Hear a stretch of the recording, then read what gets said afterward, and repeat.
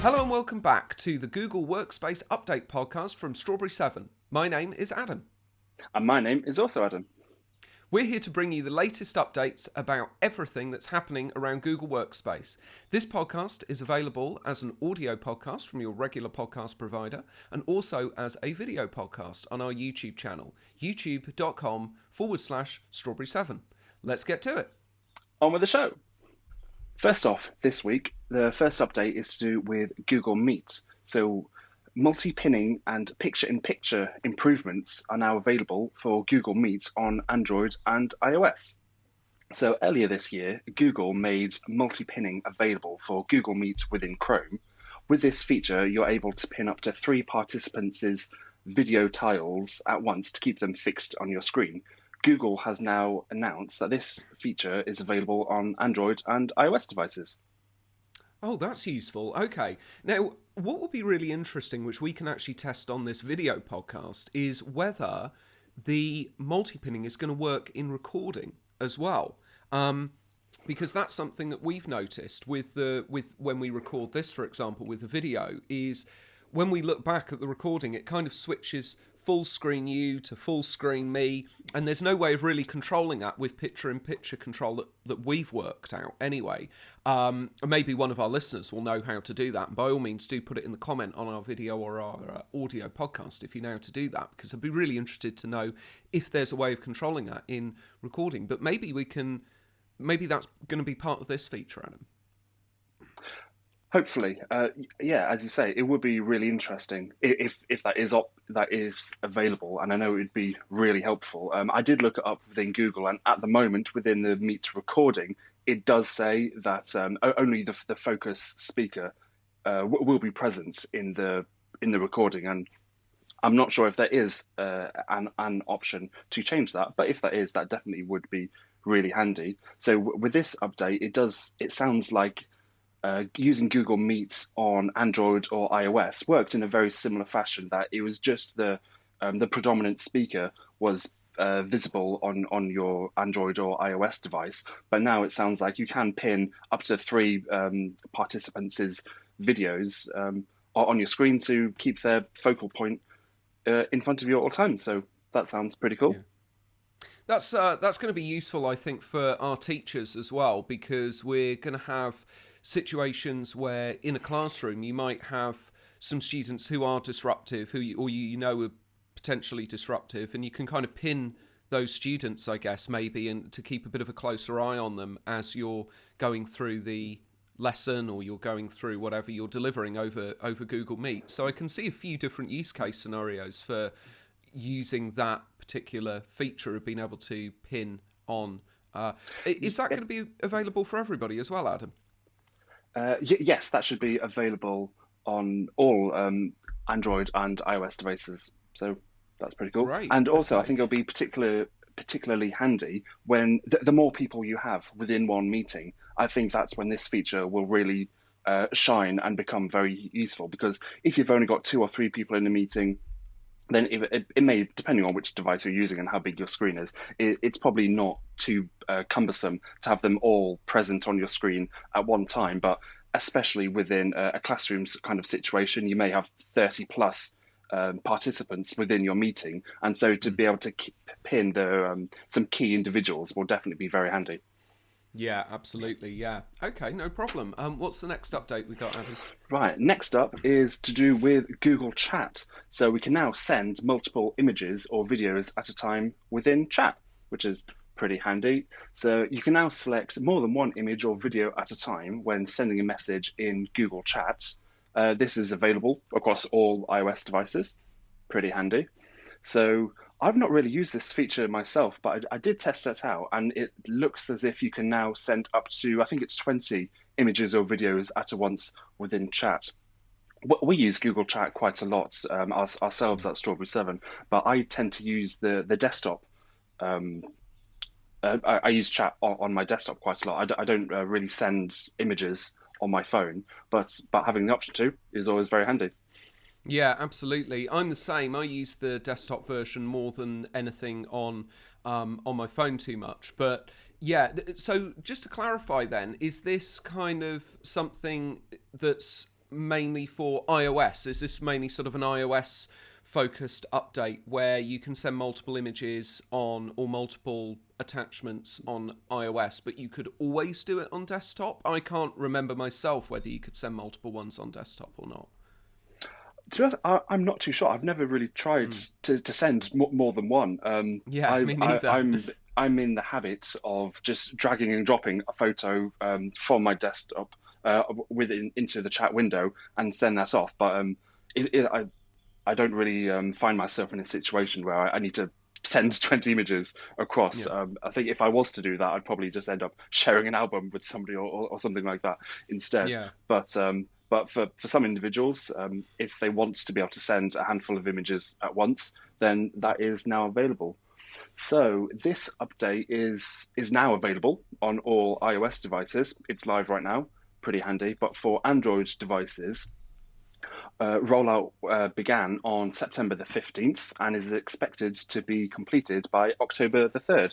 So if you're listening to this podcast today, which is the 23rd of September, then you may find this feature is available to you already. But if not, over the next couple of weeks or so, then it should be live. Great. That's really useful information, Adam. Thank you. It's worth just noting as well, just on a sort of slight tangent while we're talking about sending files in Google Chat. For anybody not familiar, maybe you've used Google Workspace or you've used elements of Google Workspace but not Chat or not sent files in Chat. One of the really cool things that Google Chat does is when you send a file that's on Google Drive, say you send a document that's on your Google Drive, what it will do is it will check the permissions of that document against the participant that you're sending that to. And it gets really clever because if you're sending it in a group, it will check it against all of the participants. And it will effectively flag up and say, hey, you're sending this document to these participants, but they don't have access to this document. Do you want to change that?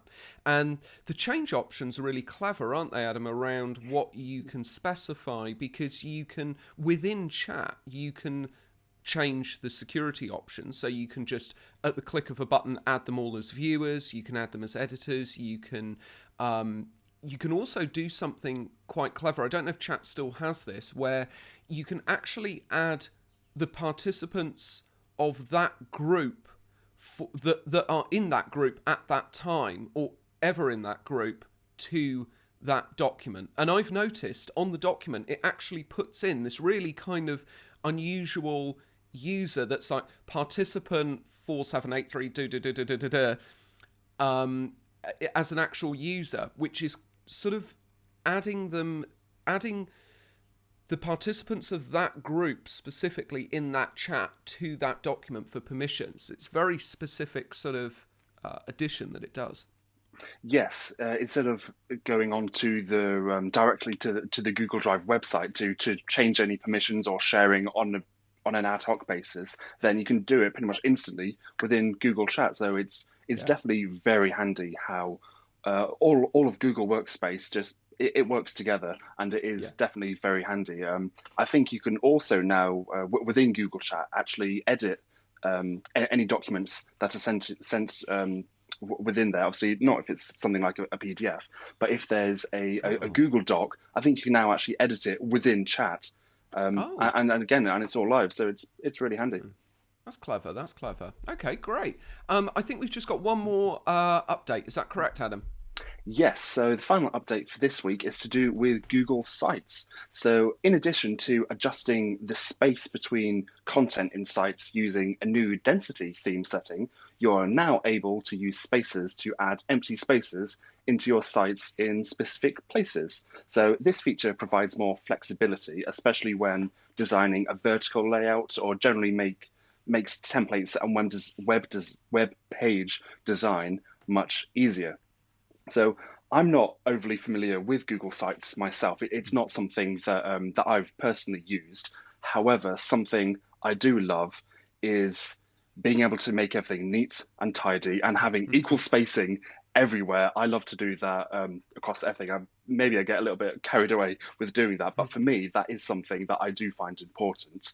And I love to have everything nice and neat and tidy, and having equal spaces and I think it just makes the document or your site or whatever you're working on so much neater and tidier and more visually appealing as well. Yeah, definitely. Absolutely. It's interesting with design. I've talked to some designers about this, and the thing is that's quite interesting is even if you know nothing about design or you're not that interested in it, if you look at something that's designed correctly, almost subconsciously you'll just go, that looks nice. And you don't necessarily think about it. It's actually quite interesting. If you think about all of the world's most famous logos, for example, a lot of them are very, very straightforward, or they don't have much fuss about them. And you don't particularly look at them and think, oh, that's a really nice logo. But what you do is you look at it and you think, that looks nice. And that's about it. And if you do that, then really it's solved its case, and it's done its job. Yes, or equally on the flip side, you may naturally, if something's not designed very well, Yeah. you may your first instinct thought may be, oh, that doesn't look great, or oh, that suddenly looks misaligned, or something like that. Whereas if it is actually done properly, you may not necessarily think, oh my God, this looks amazing, but you won't have negative thoughts. So it's Yes. almost going in the opposite, where it's not grabbing your attention for a positive piece of feedback, but it's definitely avoiding any negative. Yeah, absolutely, absolutely. I have to confess, I don't know much about sites either, but for any of our listeners who are using sites regularly, I assume that is going to have some kind of meaning to them about being able to adjust these content spaces and this new density theme setting. So yeah, if you are using Google Sites, maybe within school, we've got one school that does use sites. We don't get too much involved in it because the coordinator takes care of it, but there'll be that feature in there. Is that available to all versions? It's available now, Adam? Yes, so gradual rollout, which can take up to 15 days, started on September the 19th. So it's gradual rollout started a few days ago. And it's available to absolutely everybody. So it's available to Google Workspace customers as well as legacy, G Suite, basic and business customers, and everybody that has a personal Google account. So available to everyone. Great, that's good to know. So it's interesting. We've got 3 updates which are sort of available to everybody and pretty much available now or very soon. So that's good to hear. Okay, brilliant. I think that's all of the updates, isn't it, Adam? Yes, yeah, that's everything for this week. And yeah, as you say, it's I'm a big fan of those small updates that improve everything for everybody. Obviously, sometimes a nice big update can be very well received as well. However, the smaller updates that just improve quality of life for everybody is always very nice as well. Yeah, I completely agree.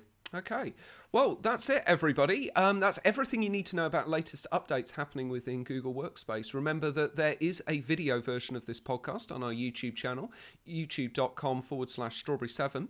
And there's also a audio version available from any of your podcast providers, depending on which one you're listening to. Thank you very much for joining us this week. We'll be back again next Monday with more updates. Goodbye. Bye.